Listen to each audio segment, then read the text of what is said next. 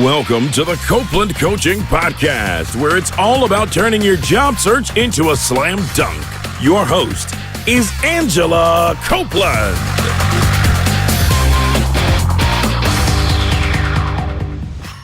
Welcome to the Copeland Coaching Podcast. I'm your host, Angela Copeland. Live on the phone with me today, I have Brooks Bell from Raleigh, North Carolina. Brooks is the founder and CEO at interactive firm Brooks Bell. They're the leading optimization firm focused exclusively on enterprise-level A/B split testing, targeting, and optimization services. In addition to her firm, Brooks is a director at the Raleigh Chamber of Commerce and a director of the Digital Analytics Association. Brooks, thank you for joining me today. So happy to be here, Angela. Well, it's exciting to catch up with you. In a previous life, we worked together, and I got a chance to know your firm. And so I'm really excited to kind of talk with you today and share a little bit about your story in terms of how you got started, and when you got started. So speaking of which, how long ago did you found Brooks Bell? It was over 11 years ago at this point. It's amazing. It's been that long. Wow. So you actually started your career in entrepreneurship pretty early. I think Brooks Bell Interactive might not have been your very first venture. Can you tell us a little bit about how you got started? Sure. So I actually got started when I was a freshman in college at Duke University here in Durham. And it was a house painting business that it was a franchise, and I applied to be the leader of a little painting crew. So I had to hire a paint crew. I bought a 1974 Chinook truck and turned it into a paint mobile, and then I went sold painting jobs door to door from in all the neighborhoods nearby. It was a pretty miserable experience. I worked outside in 100-degree weather. My painting crews quit twice, and one of my best painters was actually someone I picked up from the Durham County Jail. Oh no! And yeah, and my ladders got stolen at one point, and I finished the summer with over $2,000 in debt from all of my painting mishaps. So I vowed to never be an entrepreneur again after that experience. But then when I was a junior at Duke, I was dating this boy and fell madly in love with him, and he wanted to be an entrepreneur because it was 1999 and the .com boom was at its peak, and so I wanted to spend as much time with him as I could, and so we decided to start a website company together. Mm-hmm. And just so that we could spend time and have flexibility. And then we landed AOL as a client, and they became our biggest client, but they weren't interested in website design. They wanted our help with data-driven online marketing and A/B testing. And so a couple of years later, I spun my current company out to focus on AOL as a client and to build a strong practice in A/B testing, and this was 2003. Oh, that's great. So it sounds like you were able to kind of weather the storm around 2001 when things really went south. Yep, and the best way we were able to do that was to build a service business so that you didn't need to have any venture funding. The only thing we needed at the time was a computer. Mm-hmm, mm-hmm. Right, absolutely, a computer and that sort of know-how. So were you doing these two businesses? I didn't realize the painting business was your very first business. Were you doing the painting business and then the technology business both as you were in school? Yes, as I was in school. The painting business was over the summer. And the reason I got started is because I always thought I should be an entrepreneur because both of my parents worked for themselves. Okay. And I saw a flyer, on the wall at my college that said, "Hey, run a summer business." And I thought that'll be perfect. And so I signed up. Oh, that's such a great story. And you mentioned there was a boy who you fell in love with. Is he still around? Yes, we're happily married. That's what I thought. That's great. That's great. So do you still work on the business together, or does he have another business now? We actually, when we started that website company, we were working together, and then when I spun out my company, he actually spun out his company because he had learned that he wanted to build a product, a technology product, and had learned how to code, while we were working on our website company. And so he started building a product with some of his friends, and they actually grew it. The company they built is ShareFile, and they sold it to Citrix 3 years ago. And now my husband actually has 650 employees. Wow, that's exciting. That's such a great... So, his company is a little bit bigger than mine is, but we founded our companies on the same day, and it's been quite a journey. Oh, that's so exciting. Well, so I work with a lot of clients who come to me and they're wondering, should I take another full-time job or should I start my own business? And, I'm sure that you've spoken to a lot of people in the same situation over the years. How do you kind of advise them on which direction to take? Well, it kind of depends on why you want to be an entrepreneur. I love my journey as an entrepreneur, and my husband and I, we are both trying to nurture an ecosystem that will help entrepreneurs survive. But a lot of times people think that, you make a lot of money as an entrepreneur, you can set your own hours, and you have all this flexibility. And I think that is true in the long term, but it's in a very long term. Being an entrepreneur is actually a lot harder than working for someone else, and you actually have no flexibility. You can't set your own hours. You're working much longer hours than most people, and you're putting a lot of money at risk. And so it takes a very long time and may never happen. And so it takes it takes a certain resilience and an ambition to really pull it off.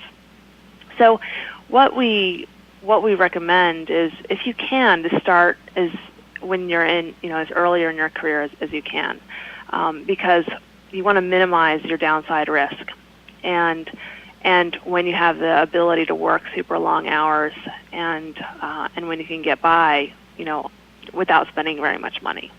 So it's helpful if you don't have a family to provide for yet, or if you don't have a lot of expenses that you have to manage. So those things are two helpful things. And if that's not an option, it is good just to save a lot of money to get a good safety net, so that you can get somewhat of a ramp up time, so to increase your ability to be successful. Absolutely. That's such a good point regarding saving a lot of money. I think, especially in business schools, the concept that tends to be talked about is getting finance or getting investments. And, we're picturing these getting millions of dollars in investments, and suddenly you have this huge office. And I think that's kind of more rare than we would like to think. I think a lot of people start on their own and kind of bootstrap their way into the whole thing. Right. And I think we don't always talk about that in business school and other places that focus on entrepreneurship. It's glamorous to get funding, but I think there's a stat that said only 1% of businesses receive financial venture financing. Oh, that's so interesting. It's definitely not a good idea to depend on that. Yeah, absolutely. And it's interesting, too, you mentioned starting really young, and I know you told me that years ago, and it was such a good point. I have little brothers that are twins, and they're much younger. They're 25, and they have both expressed, gosh, it would be so cool to start a business one day. And I've said, I know this lady, Brooks, and she started very young, and, I've thought about that a number of times, about the age thing, in terms of your lifestyle is really different when you're young. That's right. And I think when a lot of young people feel like they don't know anything and they don't have the confidence yet, but frankly, having that blue sky makes them a lot more innovative, and they say yes to things more often. And so it's actually a really great time to try it. And you're used to working for free. You've been in college your whole life, and there's a lot of homework that comes with that. Mm-hmm. And once you start expecting to get paid for your time, then it makes it harder to become an entrepreneur because there's a lot of long hours and a lot of work that you have to do for free in order to make it work. Absolutely. What do you think is really kind of the hardest thing about starting a business? I think the hardest for me was learning to be a good boss. Once I hired a couple of employees, I thought the company was all about me and what I wanted, and my employees were there to serve me, which was absolutely not the right perspective. I was pretty immature for many years, and as a result, we had a lot of drama in our company and had a lot of unhappy employees, and frankly, I was pretty unhappy too. And so over the years, I started looking, I started to get 360 reviews. I started talking to different mentors. I started to look myself in the mirror and realize that I really had a lot of things I needed to improve in how I led the company. And so, because at the end of the day, becoming a strong leader is one of the most important things you can ever do as an entrepreneur, because to be successful, you desperately need to have a great team behind you that's aligned with the vision, loves their job, and is willing to work really hard for you. It was hard to get there. Yeah, I mean, that had to be very painful. Like, it's very self-reflection kind of process. That's right. I think it takes a lot of that. And, it hurt to know that my employees were unhappy or felt certain ways. And it was definitely a lot of tears in over the years of thinking about what I needed to do to lead the company. Absolutely, that makes sense. And you're located in such a great area, being in Raleigh. How important do you think location has been to starting a business? I think when it comes to digital, you can. It enables you to have a pretty wide market. Mm-hmm. So for me, I've been lucky in that I've been able to get clients all over the country from Raleigh. And that's been a nice benefit because the cost of labor is lower down here. And so that's been a nice competitive advantage for us. So I think it's overall really helped us. And Raleigh has been consistently named a top 5 place to live and work, and we have a lot of talent here. As far as where location is in general, it's usually better to be in larger cities where there are more customers. But Mm-hmm. if you're doing a digital business, then that means less. But you still need to really have a clear specialization in order to benefit from that. Yeah, that totally makes sense. That makes sense. I think when you say clear specialization, I think of really focusing in on sort of what is your target market, what are your goals. When you're too broad, I think it's sometimes tough to really move forward. I don't know. I think that's one of the great things about your business is that you're so specific in the services that you offer. That's right. Specialization is a secret to that. It's scary to specialize because it's hard to say no to potential customers. But the more narrow you are, the broader your market will be from a geographic standpoint. But it's scary to do it. But that's something I advocate for all the time, especially for our services businesses. Absolutely. Well, you talked about going through the process of kind of transforming your business and transforming your leadership skills. And I know that your company has actually been voted as one of the best places to work in the Triangle in the Raleigh area. And I'd love it if you talk a little bit about how you got there. You've got 5 core values in your business, and I was wondering if you could kind of share those with us and talk about why those are important to you. Sure. Our core values are of critical importance. They are to pursue knowledge, to be real, be courageous, empower each other, and create happiness. The way we came up with these was this is actually our 3rd set of core values.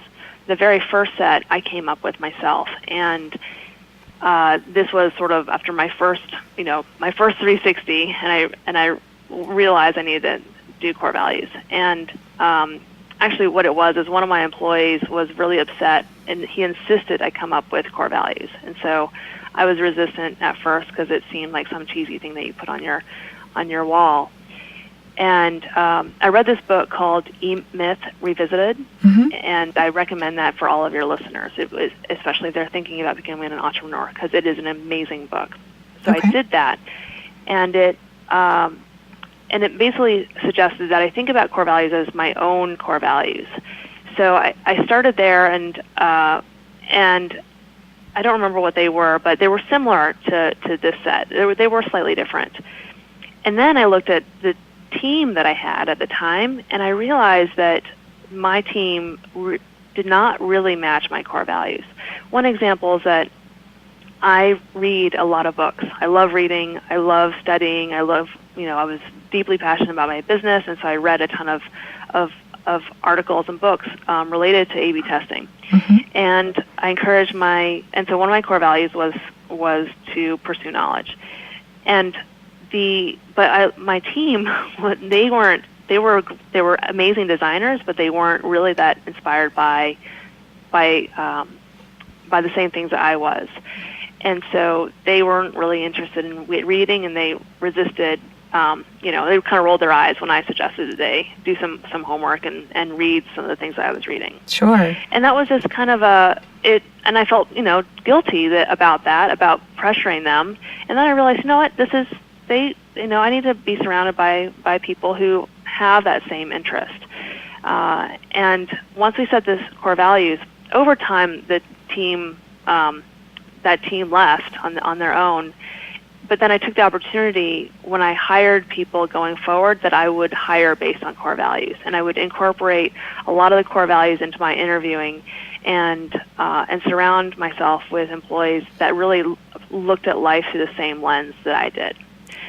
So that was the first set, and it really helped us build a much better team culture. But that eventually kind of lost some of its power over time.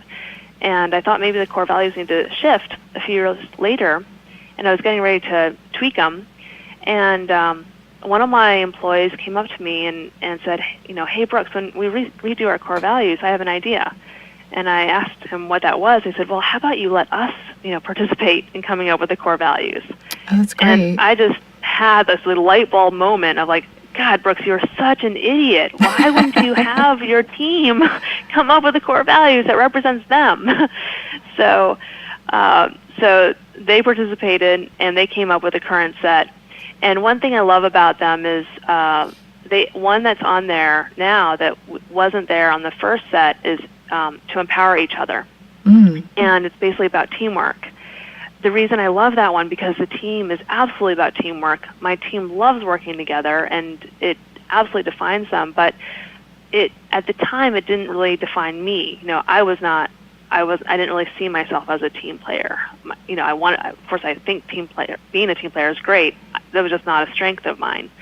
And so I had a hard time authentically saying I was all about teamwork myself. And so that's why this is a better core value, because it better represents the whole company. It doesn't necessarily, even though it wasn't a slam dunk for me.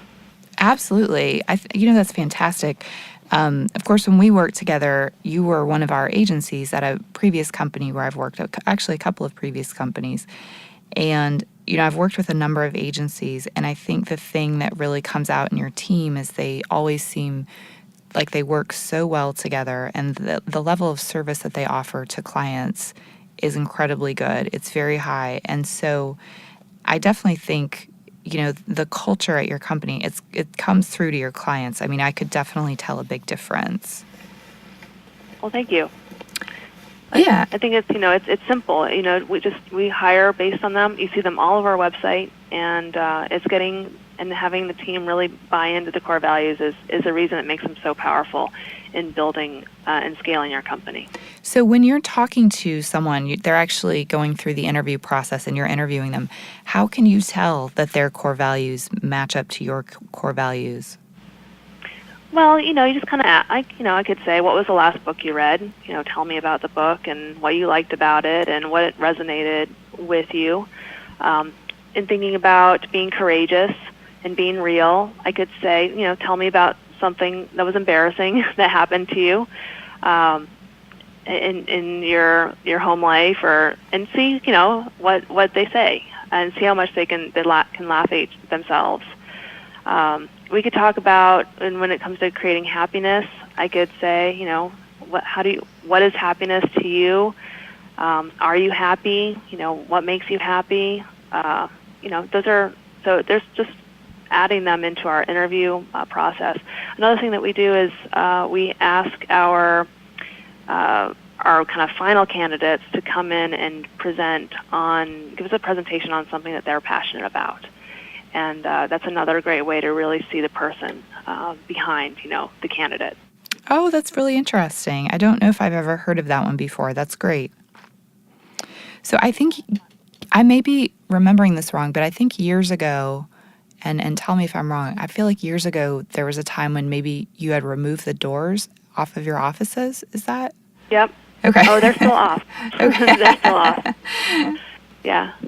That's helpful with, it's important that you're, as much as you can, to have your office environment reflect your core values. And so we have lots of glass, and we don't have doors on most of the offices, so that people feel, like you can be real and be courageous and be yourself. We have a big bar with kegs and Oh, wow. A lot of liquor and so also kind of in being real and creating happiness. And so we really try to be intentional to make sure that we're surrounded by the core values every day.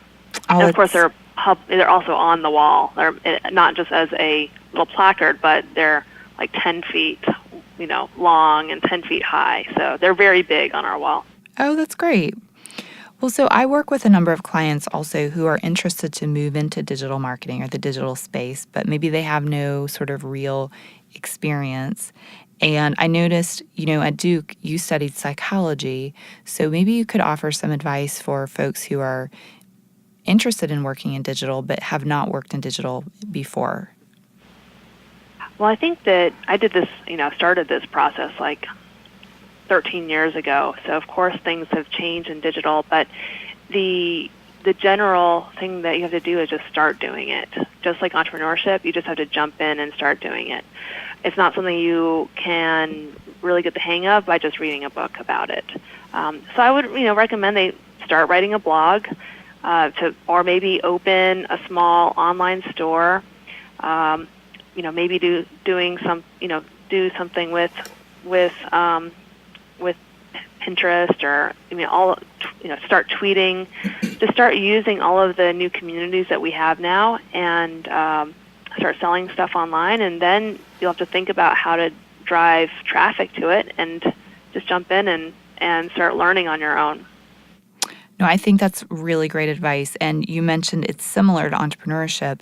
I often tell people, if you're not a very entrepreneurial person and if you're not interested in learning, digital marketing might not be for you, because it's always changing and you do have to be very proactive to stay up with the trends. That's right. One thing that wasn't available to me back in the day that is now pretty common and is very helpful is to work from a co-working space.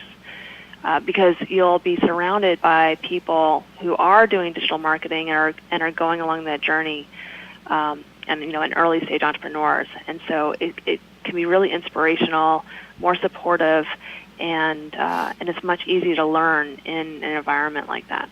No, I totally agree. It's great. And there are a lot of people in co-working spaces that are really just starting out, and they're sharing ideas and, learning from those people around them. But definitely, getting started is the most important. I know for me, when I moved into digital marketing, because I started my career, my first job was working for General Motors on cars. And when I transitioned into digital marketing, I opened an eBay store. That was one thing I did.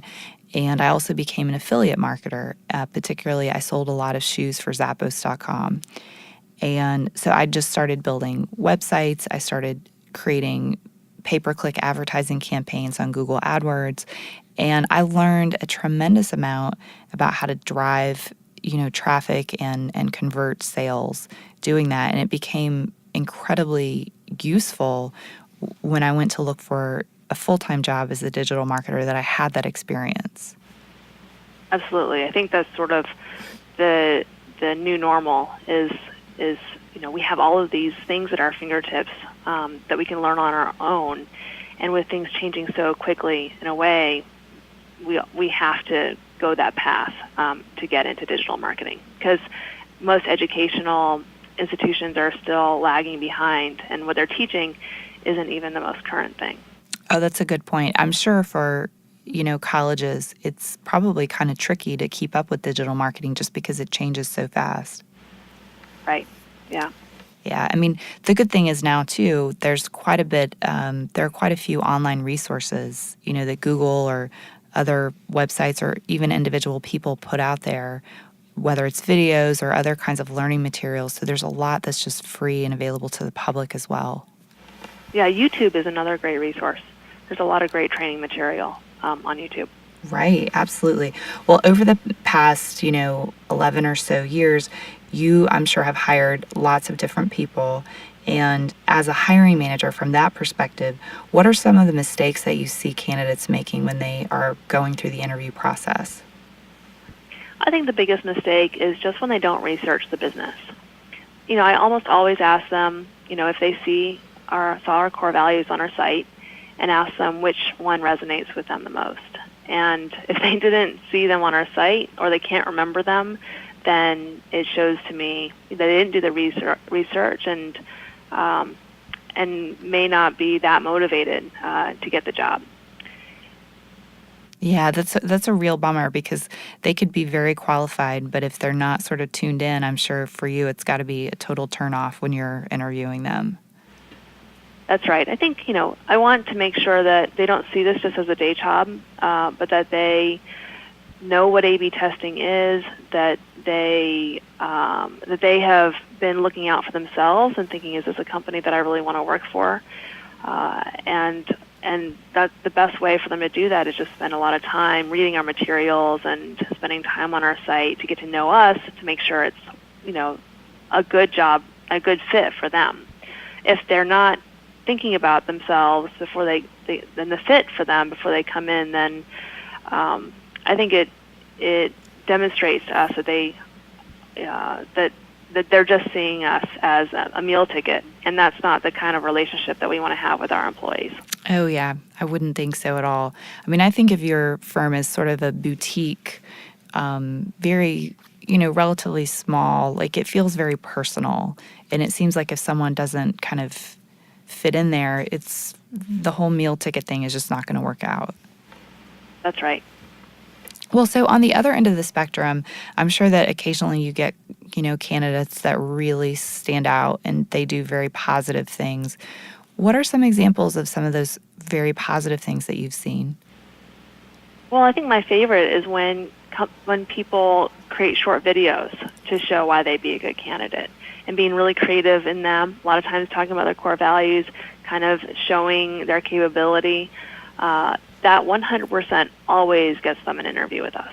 Wow. So how do they send you the video? Maybe, I think in the past, maybe someone posted it and they tweeted it to us. They email it to us. Getting it to us is the easiest part. Okay. Gosh, that's such a great idea. I've not seen that before, but I will definitely be recommending that to some of my clients. So, do you normally post positions online where the majority of candidates are applying online? We do post positions mostly on our site. I think we do post them on a couple other key places, but most of our employees, there is a big advantage to getting referred in. I would recommend using LinkedIn a lot to figure out which of our employees and how to get kind of referred into our employees so they could refer you into the hiring manager. Just because that is it builds trust in a much faster way, and it's just more effective to enter through that door than just directly applying. Although we have had many really great applicants, and we look at all of our applicants really seriously. Absolutely. I think that's great advice in terms of how to go about job seeking at many different companies, because the number one complaint I hear from job seekers is that they feel like they're sending their resume into a black hole when they apply online and they never hear back. So networking and doing things creatively to get around the typical process, I think it is actually a lot more effective than just applying online. It is. I think taking all the jobs that you're interested in, picking the ones you desperately want, and then putting in the work to get them. Like making a video, trying to find who can refer you in, just putting in many more hours to get in front of them and prove to them the amount of effort that you put in, and show them your passion. It really does make a difference. No, I totally agree. I recently have worked with some job seekers who have said to me, I've been given a homework assignment, for example, by the company that I'm interviewing with, and I really don't understand why I should have to do this. And I'll tell you, I think the longest homework assignment I ever had for an interview was coming out of college. I was applying for a sort of creative design firm, and I actually had to build an entire website for them. And they wanted to sort of see my design skills. And, I think sometimes candidates, they get frustrated because they're like, why should I have to do all this work? You're not paying me to do this work. But, if you really want the job, you've really just got to roll your sleeves up and give it a shot. That's right. I think that's from our perspective, first of all, as an employer, we want to see the commitment from the applicant. And we only ask our applicants to build their presentation around what they're passionate about as a final stage. But getting to that point, when we're investing in them and our time with interviewing them, we want to make sure that they are equally invested in us. And the other thing is, it just is similar to our sales. We are always trying to get new clients, and we basically have to do a lot of work as a sales organization to show our potential new clients how much we care about their business. And so it's not just one way from applicant to company, but it's just kind of the foundation of sales, that you're constantly always putting yourself out there, always showing, your people that you care about their business, care about them, you want the work. Absolutely. I totally agree. And I think, the company needs to see that you're excited. The chances that they're going to ask you to do homework, it's fairly low. And like you said, it's typically when you're one of the final candidates. And I think there are numbers that show, when a company hires the wrong person, how expensive it can be for them. And having this kind of homework assignment is so helpful to that company to, it gives you a chance to really, kind of put your best foot forward and show your strengths. So I think candidates should really be a little more open to those kinds of assignments. Yeah. I think that's just what the standards are today. There's so many applicants, and you have to have a way to see, who is most motivated. And also it's important, with when it comes to a good job, it's all about the fit. And we subscribe to the idea that it's a win-win or it's a lose-lose. There is no such thing as a win-lose, where if we love our employee, we think our employee is doing awesome, they're probably loving their job and feeling awesome about it. If I'm frustrated with an employee, consistently frustrated, they are probably really consistently frustrated with me as a boss. Right. And it's never the case where I'm unhappy with an employee and they love their job. Mm-hmm. I would agree. I totally agree. So I think, that whole process, I often tell people it's a little bit like dating. It's a two-way street, and it gives you a chance to kind of find out if you like them the same way that they like you, as you're going through the whole thing. And, I think in the digital marketing space in particular, years ago, my view is that digital marketers, they were hard to find because, they were very self-taught, and, you had to be that entrepreneurial kind of a person. I think now, in today's environment, many more people have gotten into the space, and it creates a space that's more competitive, and you have to do that much more to get the attention of the employer than you did in the past. That's right. Yeah, I think it's just, like I said, the new normal, that you have to get attention. There's a lot more noise out there. You have to continually learn and be curious, and use, all the amazing tools that we have at our fingertips today, in terms of, creating a message and self-promoting and showing what you're good at. Absolutely. I completely agree. Well, is there any other advice that you might like to share with our listeners today, whether it has to do with entrepreneurship or, finding a job? I mean, I feel like we've covered a number of things, but is there anything we've missed? I think one tip is I think that it's a great idea to try to identify what your core values are as an employee. Because it helps you have clarity on what you want from your employer and what you want in life, and then when you are interviewing with different potential companies, look for their core values and see how much of a match they are. And then companies who have core values are usually better run. When you're when you're interviewing a company, ask them what their core values are and see how well they match yours. Ask them what resonates with them the most, and I think that will help you find that match a lot faster. Oh, absolutely. That's great advice. So if anyone who's listening is interested to learn more about Brooks Bell Interactive, where should they go? I mean, what's your website and where are you on Twitter? Our website is www.brooksbell.com, and we have a great newsletter that actually has a lot of content about learning to be good at A/B testing. Oh, that's so great. Feel free to sign up for that, and you can tweet me at Brooks Bell. Oh, good. That's excellent. Well, Brooks, thank you so much for joining me today. This has been very helpful. Thank you so much, Angela. I really enjoyed it. Well, thank you to everyone who's listening. Tune in next week for another edition of the Copeland Coaching Podcast. And if you haven't already, please be sure to subscribe on iTunes or Stitcher to ensure you never miss an episode. Thank you for listening to the Copeland Coaching Podcast today with your host, Angela Copeland. Tune in next time to get more great tips on turning your job search into a slam dunk.